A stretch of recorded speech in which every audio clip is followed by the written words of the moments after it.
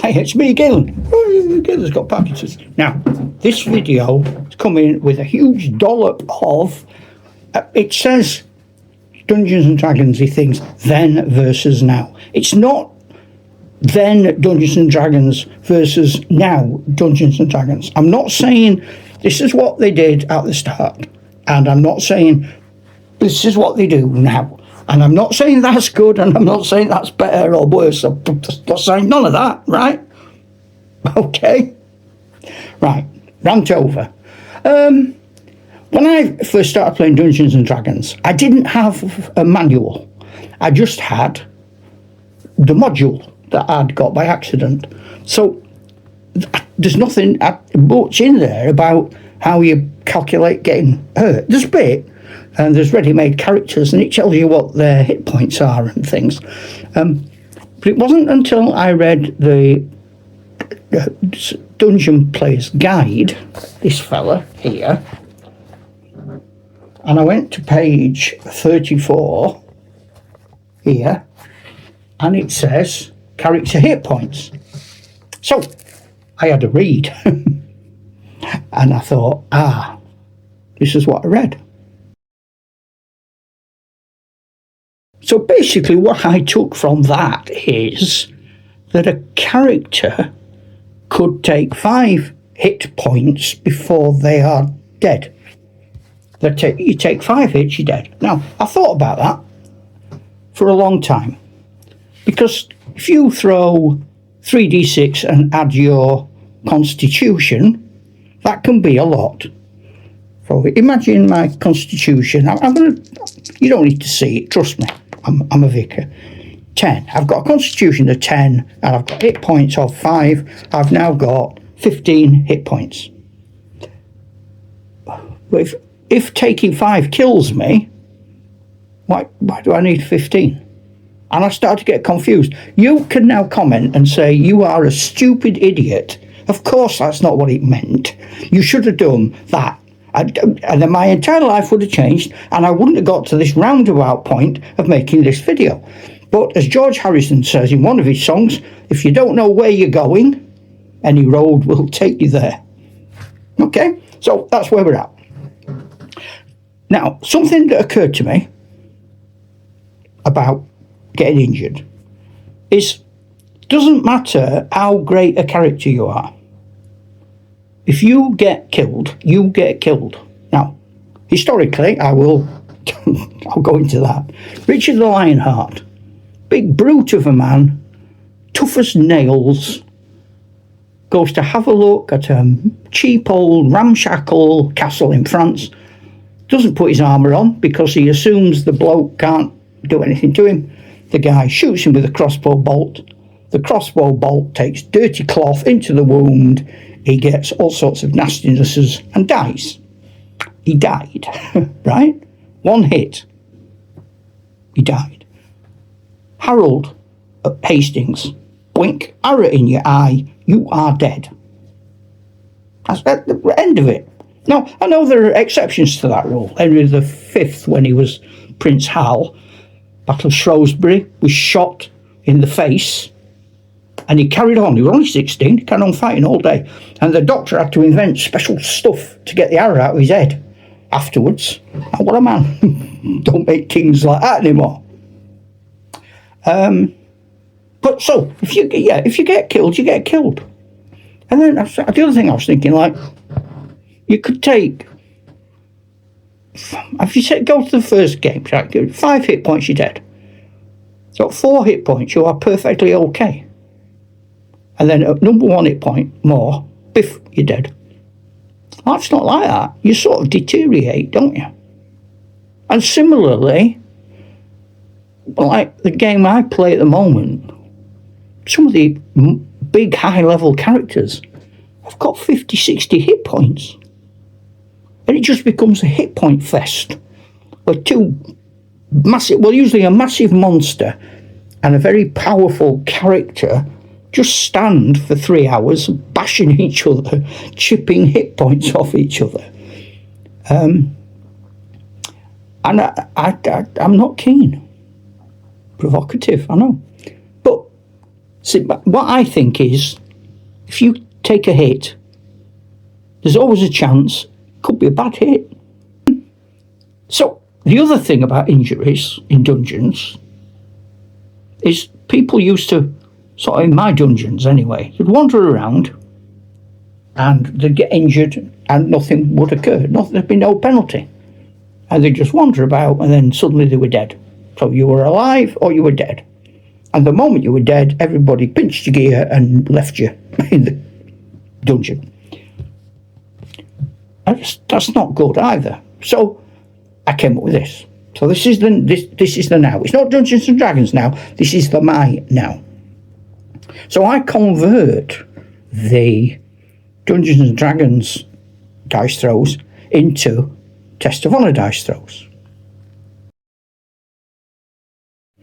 Now what you can see there are Tests of Honor dice, and they have swords on them because they're for a Japanese game. And they've got no swords, they've got one sword, two swords, or a cross. And a cross is like a miss. So I convert that. So I give goblins, for example, 2 d6. 3. And for every 6, they get add dice. So he gets, and a minimum he gets add dice. So he hasn't got 6, but he gets add dice to start with, and then he gets 1 more dice because you can't get no dice, that would be tight. I'm going to give the dwarf barbarian 4 dice. Starts with 4, and she's going to get an extra 1 for that, and an extra 1 for that. She gets an extra 2. Okay. Now the goblin can get 3 swords. He doesn't, and it's very likely that she's going to thump him. Now she needs 3 swords. There we go. 3 swords. A lot of misses, but she gets 3 swords. Now because she's got 3 swords, he now gets to defend. He needs 3 swords. No, he hasn't defended. Now this is where I change things again, because what I do now is I throw a d20, and on my d20 chart it goes from every part of the body first of all, starting at the feet, toes for a 1, right up to the forehead for a 20. Limbs I've just done as 1, but then you throw a d6 left or right. Same with digits and things. And then I've done another chart for another d20, which you can throw them at the same time, 2 different colours. So you throw 2 d20, first one says sit in the arm, second one says 15, look up 15, it's a broken arm, or equivalent. Well, she could break his arm, I suppose she's more likely to chop his arm off with that big thing. But he suffers a penalty that is in line with a specific genuine injury. Now that goblin, because he's not an idiot, would now run away. She, however, had that been a monster delivering that blow to a PC, now what happens? Because you've got to start working out things like blood loss, shock. How do the other members of the party treat it? How does it improve or deteriorate through the game? So the first thing I would do is to say, you're going to lose a number of hit points, 15, because that's what you got on the chart. And you are now out of action. So in my categories, you've got wounds that are, you can ignore them, you can carry on. You've got wounds that are incapacitating, which is this one, and then you've got wounds that are fatal. Now all wounds can become fatal because what you do is every 24 hours, you do that. And you add that 5 to the hit point damage, so they get worse. And you keep doing that, another 7 the next day, until you get some sort of double. And on the day you get a double, you start to get better. And then the next day, now you plus 6 points to your hit points, and so on. So you can actually die from the wounds many, many days, weeks later. You can find, as you progress through the chart and you read it, you read the next sort of levels of disability, you might find that your entire arm eventually has to be amputated.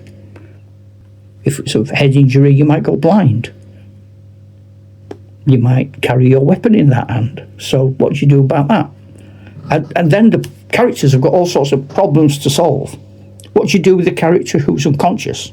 You've got a barbarian in your party. He's unconscious. He thinks he's being clever because he's got a really high constitution and big muscles. And like Richard the Lionheart, he's invincible, but he's also very heavy.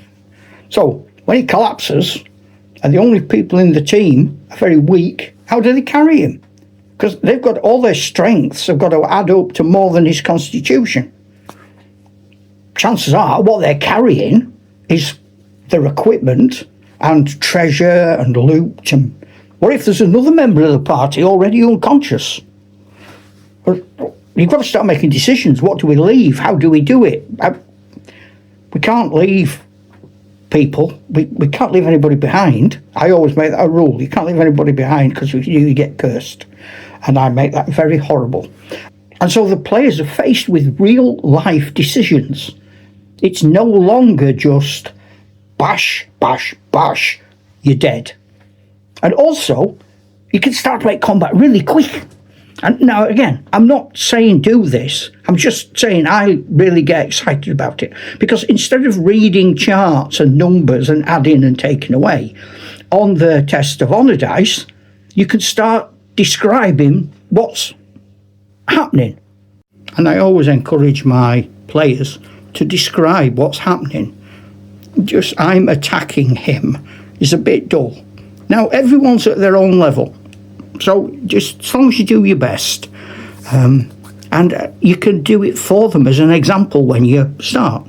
So imagine these two are fighting each other, and the dwarf has got 4 dice, and she's got the higher dexterity, so she's attacking first. So she runs in with her axe, and she tries to duck under his shield and get below him so that this swing might go over her head.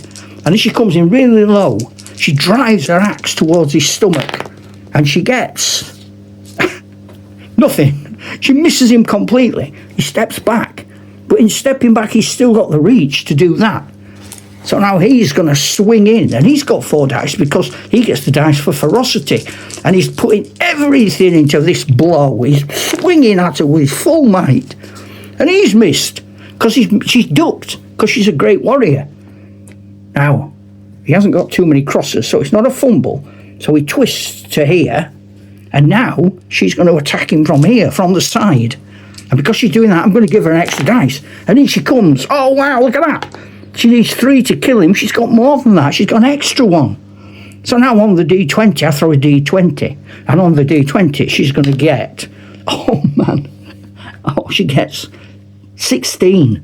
And I'm going to give her an extra plus for attacking from the side, and that's well over 20. 20's fatal. So she ducks beneath his armpit, and she buries that axe so deep into his rib cage that it reaches his heart on the far side of his body, and you hear the crunch of ribs, and all his tripes drop out, and he just clumps down in a heap, stone dead. And there is great rejoicing. She does a little dance. Now, your descriptions might need to be age appropriate. Some people might be a bit squeamish.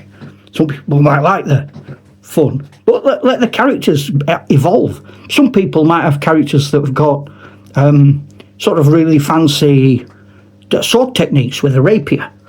And Errol Flynn, they want to come in, stab, dance round, skip about. They might have really high dexterity. They might be doing cartwheels, forward rolls. They might be doing all sorts of fancy stuff. They might be just the big brute force, big and ignorant, big lads who just want to belt people. And you can, look how quick it moved. Bang, bang, bang, bang, bang. Story, story, story, story. More important than, I've got an initiative of 8, I've thrown a 6, plus 2. Oh, I need to go through my equipment list because I know I've got something that, I've got a potion. Have you? Because he's just tried to chop your head off. Are you seriously telling me you've gone in your backpack and got a potion out and had a drink of it while that axe is coming towards you just so that you could duck a bit quicker? No. Yep. Bap, bap, bap, bap, bap. We used to even play with chess clocks, and we would give people seconds, or count in our heads as DMs. You've got 10 seconds, 5 seconds. If you went into a room, we'd start the chess clock. We wouldn't tell them how long they had. But you might have 10 minutes, and at the end of 10 minutes, something terrible is going to happen. Maybe the whole roof's going to fall in on them. You don't know, but they don't know. It might not even be timed, it might be tricked. But it keeps everything moving. Otherwise, you can get into a dull state of monotonous. And what are the other players doing? While this fight is taking 20 minutes, what are the other 6 players doing? They're fiddling about, they're losing engagement because it's not their turn. You need to try, get it moving. Oh, you all hate me, don't you, because you're already doing that and you think I'm a complete twit. Oh, well, you know. I did say at the beginning, this is not proper Dungeons and Dragons. It is how I used to play Dungeons and Dragons, how I got confused, and how I still call it Dungeons and Dragons. It's just I want to speed the combat up, and that's what I do. You might like it, you might hate it, you might be doing something better. Tell me. All right.